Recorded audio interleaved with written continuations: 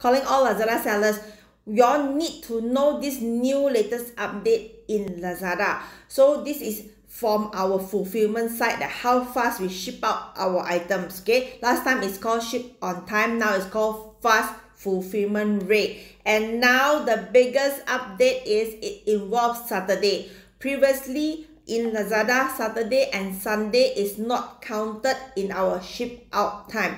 Now Saturday is counted, but Sunday and public holidays is not counted. So now the latest metrics is we need to ship out.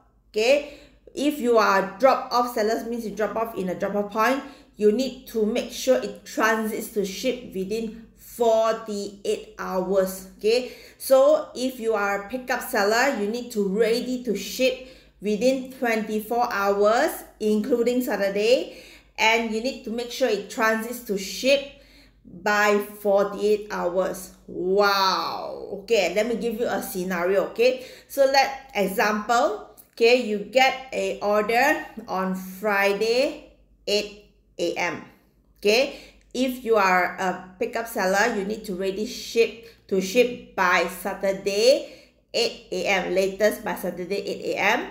and you need to make sure it transits to ship latest by Monday 8 a.m. okay, Sunday is not counted. So if order falls on a Saturday, you need to make sure, so Sunday is not counted, it transits to ships by Tuesday, okay, by then. Okay, so you calculate the 48 hours. This is the latest guidelines. And if you fail to comply, right now it's a transition phase, we just implemented in September. Okay, if you fail to comply later, there may be penalties. So what are the example of penalties involved? Okay, maybe they will limit you from campaigns.